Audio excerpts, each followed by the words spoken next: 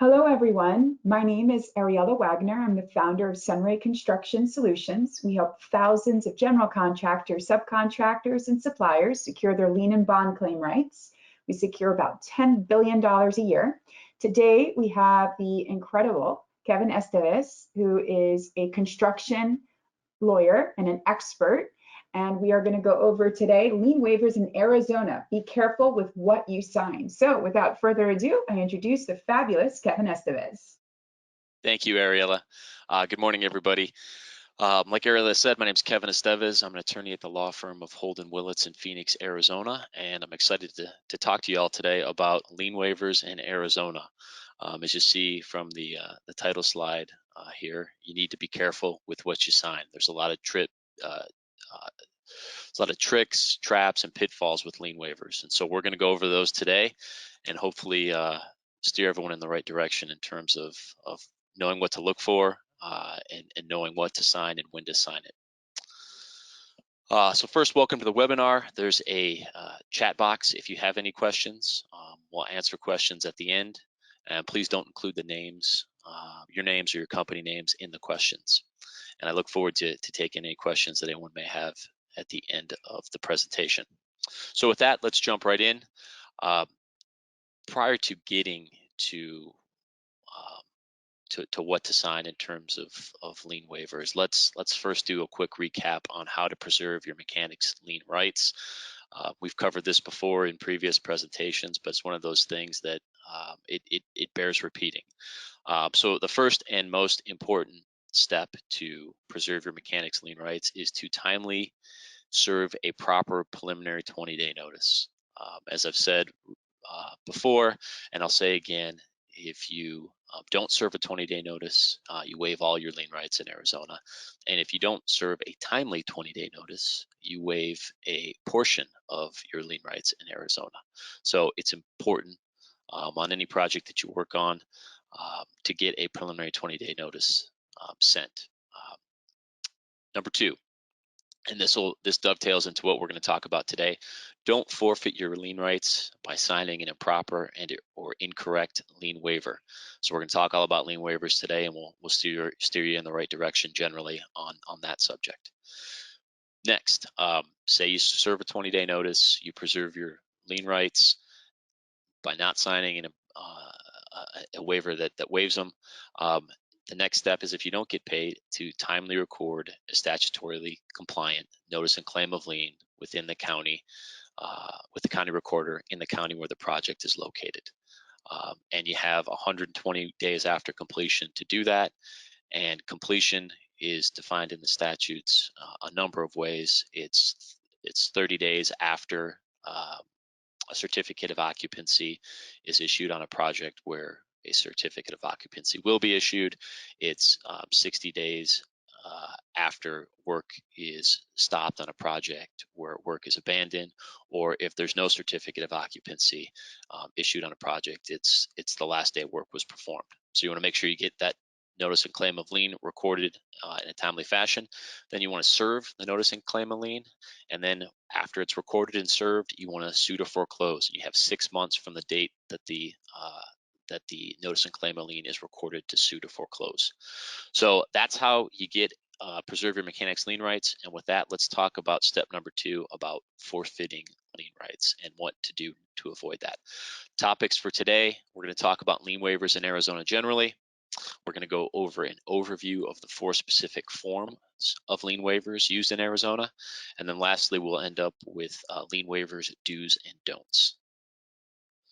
So in Arizona, generally speaking, lien waivers are a creature of statute. ARS 33-1008 identifies with specificity the types, and not only the types, but the specific forms of lien waivers that may be used in Arizona. And pursuant to statute, we have 4 types here: conditional waivers, a conditional waiver and release on progress payment, number 1. Number 2, an unconditional waiver and release on progress payment. Number 3, an unconditional waiver and release on final payment. And number 4, an unconditional waiver and release on final payment. So you have conditional and unconditional for both progress and final payment, and it's important to know what you're signing in that regard. It's also important to make sure that the waivers follow the statutory form substantially. That doesn't mean you can't make edits, and there's certain circumstances where you may want to make edits to a lien waiver you're being asked to sign, but the lien waiver needs to follow substantially the statutory form or it's not enforceable. And again, those forms can be found in ARS 33-1008. So as the name implies, we have distinction between progress and final waivers. Progress pay waivers are used where a lien claimant is required to execute a waiver and release in exchange for or in order to induce the payment of a progress payment. Generally, they only release lien rights for a specific period of time. And so when you're looking at progress payment waivers and you're filling those out, it's very important to accurately fill out the date through which the progress waiver runs. And that's a situation where some folks make mistakes on a regular basis, and so you want to avoid that. And then you have final progress waivers, and they're used where a lien, or final waivers in general, and they're used where a lien claimant is required to execute a waiver and release in exchange for or in order to induce payment of a final payment. And generally speaking, final waivers release all lien rights on a project. And there's some caveats to that we'll get into in a second. But generally speaking, when you're signing a final waiver, you are saying I have been paid, or if it's a conditional final, when I get paid, I'm releasing all my lien rights on a project. So unconditional versus conditional. So we just covered progress versus final. Let's talk about conditional versus unconditional. Conditional waivers are used where a lien claimant is required to execute a waiver and release in exchange for or in order to induce payment, and the claimant is not in fact paid in exchange for the waiver and release, or a single payee check or joint payee check is given in exchange for the waiver and release. Generally speaking, so what that means is that conditional waivers are signed and provided to the upstream party on a project in order to induce payment. So these are what you sign when you haven't received payment yet. And they're generally only effective if the payment identified in the waiver is made. And we'll take a look at the exact language in the waiver in a moment that leads to that result. But the general rule is that a conditional waiver plus a check for the amount in the waiver equals an unconditional waiver.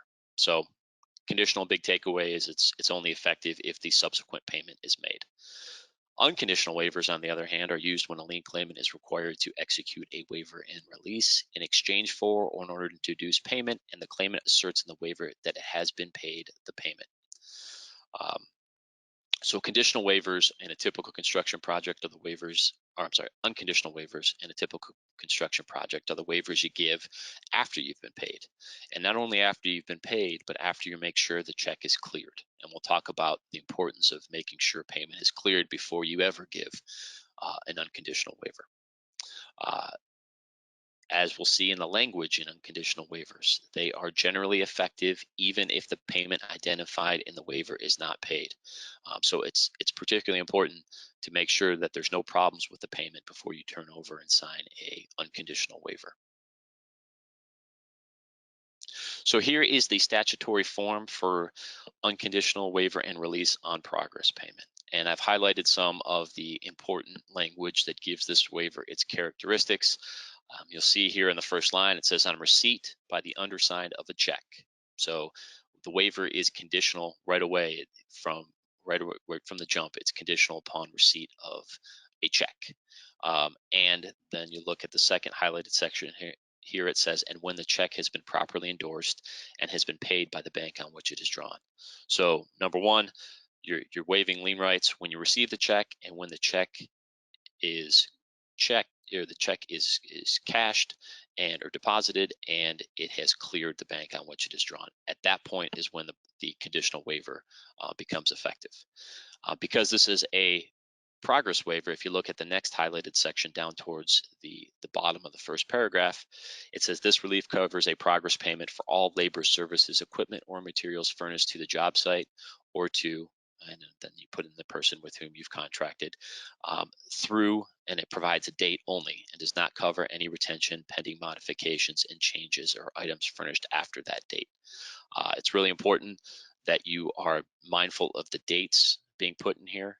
And it's particularly important if you're working on a project and you haven't been paid on a pay application, that you're mindful of that when you submit a subsequent pay application, and you're not waiving rights on a pay application that hasn't been paid. So I can't say it enough, but you need to be careful and mindful of the date you put in here, and make sure that you're not inadvertently waiving lien rights through putting a date in here that may be at odds with rights that you have for payments that haven't been made.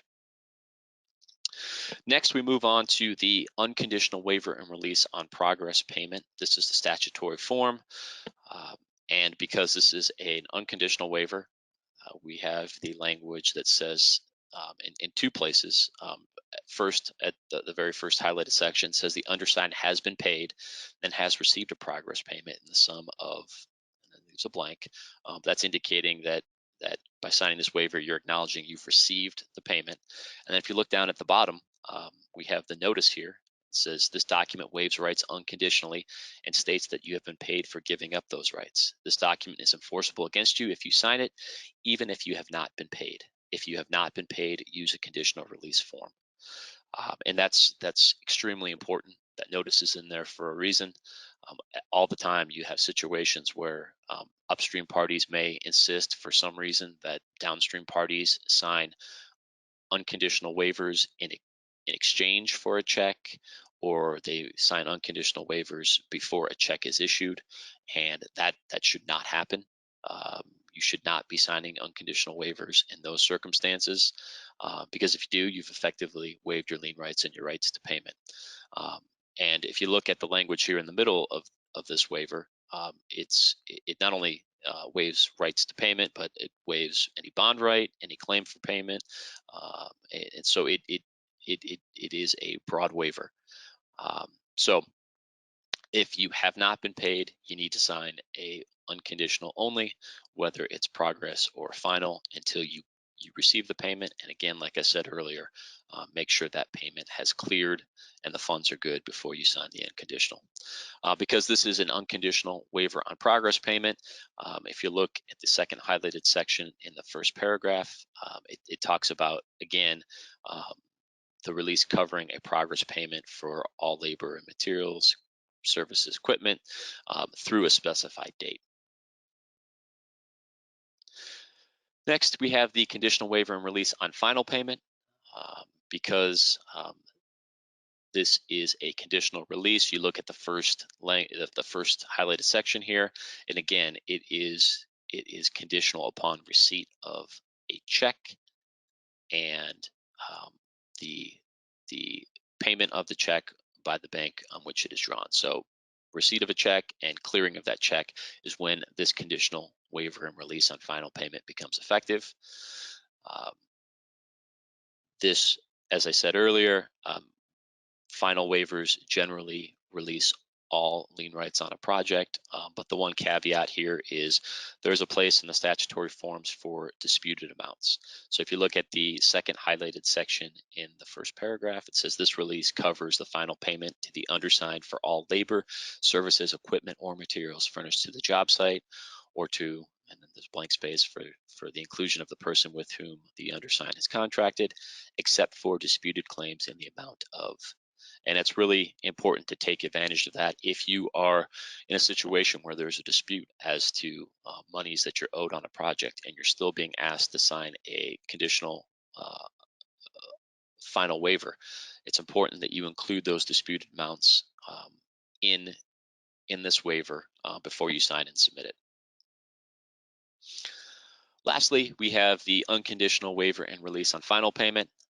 And again, because this is an unconditional release, it says in the first highlighted section here, the undersigned has been paid in full for all labor, services, equipment, or materials furnished to the job site.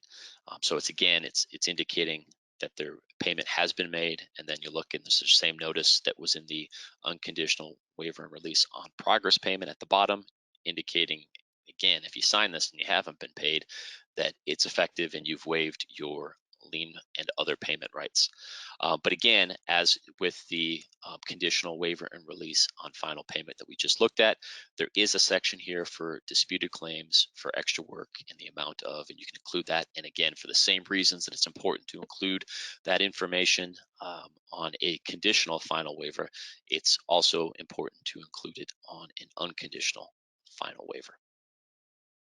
So now that we've covered the statutory forms, let's go over some lien waivers do's and don'ts. The first lien waiver do is do exercise extreme caution when executing any lien waiver. I know, when a construction project is going, there can be a frantic dash to get materials or to get documents filled out, get them submitted to secure payment and things of that nature. But I would advise generally that everyone use extreme caution when executing a lien waiver. You don't want to inadvertently complete a lien waiver in a fashion that waives lien rights that you didn't intend to waive. To that end, do number 2 is do be sure that you are using the right type of waiver. Again, do not sign a unconditional waiver, whether it be progress or final, unless you have received payment and unless payment has cleared. 3, the third item in the do category is do be mindful of the time period covered by the prospective progress waivers. I touched on that earlier. You want to make sure that if you're filling out a progress waiver, you are not inadvertently waiving rights to payment for things you may have not been paid on in the past because you have a situation where maybe you haven't been paid or amount is disputed and you're submitting a subsequent pay application. So be very careful and mindful of the dates in progress waivers. And then the last do is if you have a situation where you are unsure of what lien waiver to use, what language to maybe add to a lien waiver, what date to use, do seek legal assistance before you sign a lien waiver. If you are at all uncertain, seek out a qualified attorney, present your special issue to them, and have them give you some advice about how to handle that issue. Lien waiver don'ts.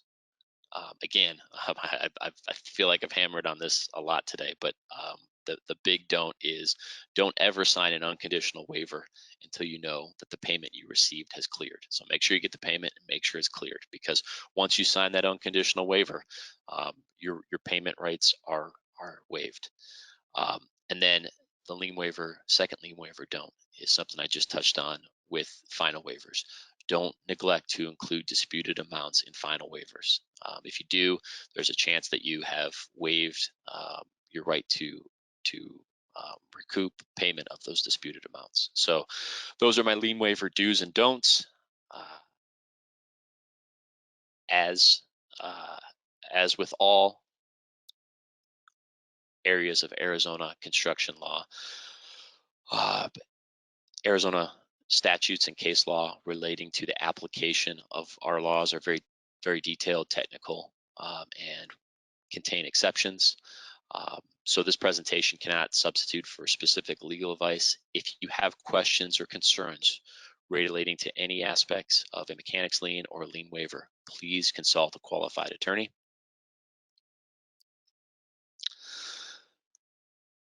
And with that, I will open the floor for questions. So far, we do not have any questions, but what I've seen in the past are people go, oh my goodness, I forgot to ask this question. So below you'll see Kevin's contact details, his email address, it goes straight to him. So if you have any questions, feel free to reach out to us at any time. Kevin, thank you so much for such a great webinar. And we will be conducting another webinar on August 25th.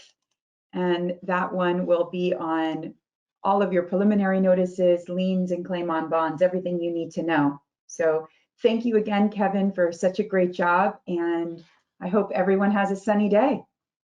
Thank you, Ariella.